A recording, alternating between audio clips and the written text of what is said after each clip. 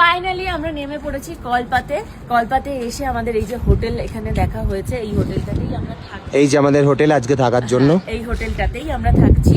এবং মানে সব থেকে বড় কথা, আমরা মানে আজকে গাড়িতে উঠেছি 10টার সময় এবং গাড়ি থেকে নামলাম এখন ঘড়িতে বাজে বিকাল 5টা।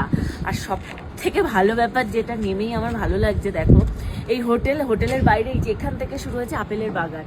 এই যে এখান থেকে শুরু হয়েছে ওই মাথায় গিয়ে শেষ হয়েছে, এই দেখো আপেল বাগান। শুধু তাই নয়, এই পাশেও দেখো আপেল বাগান। এই যে ক্লোজে দেখাও সবাইকে, এই যে আপেল বাগান। রাস্তার ডান সাইডে এই দেখো আপেল বাগান। মানে পুরোটা কল্পা হচ্ছে মেনলি নাকি আপেলের শহর, এখানেই নাকি অনেক মানে সব থেকে বেশি আপেল হয়। তো যাই হোক, মানে আমি এটাই স্বর্ণকে বলছিলাম, মনে মনে এটাই আমি আক্ষেপ করছিলাম যে তার মানে যখন এখানে আপেল মানে গুলো হয়, এখন তো সবে ফুল এসেছে, যখন আপেল হয় তখন তার মানে এরকম রাস্তার উপর আপেল নুইয়ে নুইয়ে থাকে।